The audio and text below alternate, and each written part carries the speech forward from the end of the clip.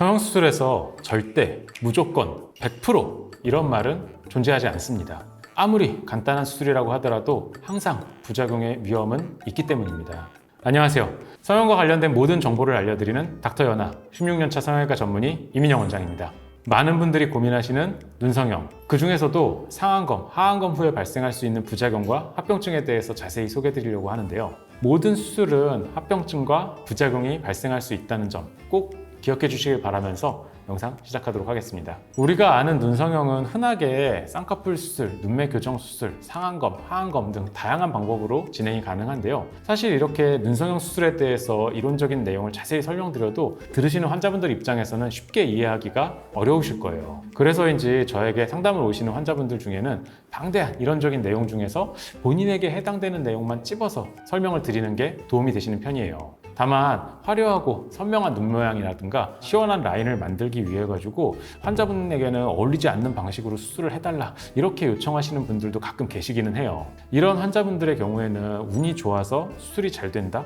그런 경우도 잘 없기는 하지만 어쨌든 그렇게 된다라고 하면은 그나마 다행이겠지만 그렇지 않은 경우라면은 오히려 기존보다도 더 부자연스럽고 인위적인 모습으로 인해서 마음고생을 하게 되시는 경우들이 생길 수 있습니다. 자, 여기 이제 실제 부작용 케이스를 통해서 조심해야 되는 부분들 한번 체크해 보도록 하겠습니다. 첫 번째 사진으로 보여드린 분은 감염 케이스예요. 이렇게 눈 주변으로 감염이 생기게 되면 여러 가지 증상들이 같이 나타나게 되는데요. 눈 주변으로 이렇게 빨갛게, 발적이라고 하죠. 빨갛게 되는 거, 그리고 부풀어 오르는 거, 붓기, 그리고 열이 나는 거, 통증이 생기는 거, 이러한 다양한 증상들을 같이 동반하게 돼요. 이런 식으로 염증이 생기게 되면은 치료 자체도 시간이 오래 걸릴 수가 있고, 치료 이후에 염증이 조절되고 난 이후로도 그 염증에 의한 조직들의 구축 현상에 의해서 눈 모양이 오랫동안 안 좋을 수 있어요. 간혹 가다가 보면 환자분들 중에 항생제 드시는 거를 내성 생기면 어떡해요? 조금 조심스러운 거 아니에요? 라고 말씀하시는 경우들도 있는데, 이런 식으로 염증이 생겼을 때 생길 수 있는 부작용, 그런 부분들이 훨씬 더 크기 때문에 과하지 않은 정도의 범위 내에서는 항생제를 사용하는 게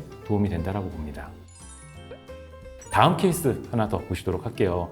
이분 같은 경우도 눈 아래쪽 하안검 수술을 진행하셨다고 해요. 요거는 수술하고 나서 눈이 붓고 아래쪽이 부풀어 오르면서 통증이 생기고 아픈 증상, 그리고 불편한 증상, 그리고 눈 쪽으로 해서 빛을 비춰도 눈이 그 부분에 반응하지 않는 그런 증상들이 생기셨다고 해요. 골든타임이라고 하잖아요. 뭔가 문제가 생겼을 때 그러한 부분을 초반에 빨리 해결을 해주면은 문제가 더 커지거나 큰 부작용이 생기지 않고 해결을 할 수 있는 경우들이 많은데, 지금 이 케이스 같은 경우는 그렇게 좀 부풀어 올랐을 때 해당 수술을 했던 이제 성형외과가 아닌 병원에서 수술 부위 그냥 눌러주기만 했다고 하시더라고요. 그래서 이분 같은 경우는 눈 자체 아래쪽 부분이 많이 좀 부어 있다 보니까 해당 부분이 어느 정도 부었는지를 확인하기 위해서 CT 촬영을 하고 혈종이라고 하죠.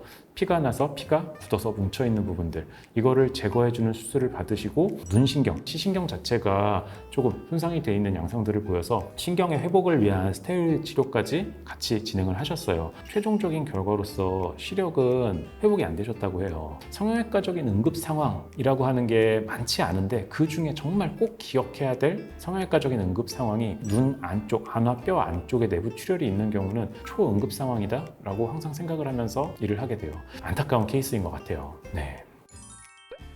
이것과는 반대로 사람들이 눈성형을 하고 나서 수술이 잘못된 거 아니야? 라고 착각하시는 부분들도 있어서 이 부분도 함께 소개해 드리려고 합니다. 첫 번째는 비대칭입니다. 흔히 짝눈 혹은 짝짝이라고 표현하시는 분들도 많죠. 충격적인 사실을 하나 말씀드리자면은 애초부터 양쪽 눈이 모두 똑같은 형태를 띠는 사람은 없습니다. 우리 눈은 안구랑 눈을 둘러싼 뼈, 안와라고 하죠. 이런 돌출 정도라든가, 그리고 안구의 크기, 피부의 처짐의 정도, 상안 검거근, 눈을 뜨는 근육이죠. 이러한 부분들이 모두 달라요. 그렇기 때문에 눈에 확연하게 보이는 명확한 비대칭이 아니라고 하면은 대부분은 수술하고 나서 3, 4주 정도 휴식 기간을 가지면은 그 경과에서 천천히 회복이 되게 됩니다.